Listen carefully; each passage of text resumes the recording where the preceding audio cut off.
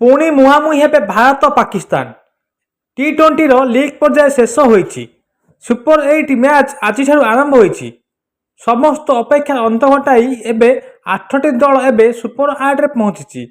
ପୁଣି ଥରେ ମୁହାଁମୁହିଁ ହେବେ ଭାରତ ପାକିସ୍ତାନ। ଲିଗ୍ ପର୍ଯ୍ୟାୟ ମ୍ୟାଚ୍ ଟି-20ର ଶେଷ ହୋଇଛି। ଆଜିଠାରୁ ଆରମ୍ଭ ହେବ ସୁପର 8 ମୁକାବିଲା।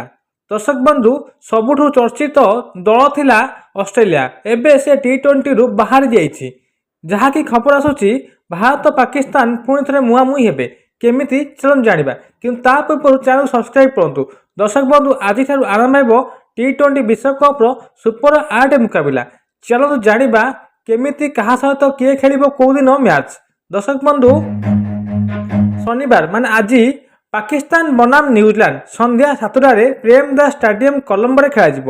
ଫେବୃଆରୀ 22 ମାନେ କାଲି ଶ୍ରୀଲଙ୍କା ବନାମ ଇଂଲଣ୍ଡ ଅପରାହ୍ନ 3ଟାରେ ପାଇକେଲ ଆନ୍ତର୍ଜାତିକ କ୍ରିକେଟ ଷ୍ଟାଡିୟମ କାଣ୍ଡିରେ ଖେଳାଯିବ। ଭାରତ ବନାମ ଦକ୍ଷିଣ ଆଫ୍ରିକା କାଲି ସନ୍ଧ୍ୟା 7ଟାରେ ନରେନ୍ଦ୍ର ମୋଦି ଷ୍ଟାଡିୟମ ଅହମ୍ମଦାବାଦରେ ଖେଳାଯିବ। ସୋମବାର ମାନେ ଫେବୃଆରୀ 23 ଜିମ୍ବାୱେ ବନାମ ୱେଷ୍ଟଇଣ୍ଡିଜ ସନ୍ଧ୍ୟା 7ଟାରେ ୱାନଖେଡେ ଷ୍ଟାଡିୟମରେ ଖେଳାଯିବ। ମଙ୍ଗଳବାର ଫେବୃଆରୀ 24 ଇଂଲଣ୍ଡ ବନାମ ପାକିସ୍ତାନ ସନ୍ଧ୍ୟା 7ଟାରେ ପାଇକେଲ ଆନ୍ତର୍ଜାତିକ କ୍ରିକେଟ ଷ୍ଟାଡିୟମ କାଣ୍ଡିରେ ଖେଳାଯିବ।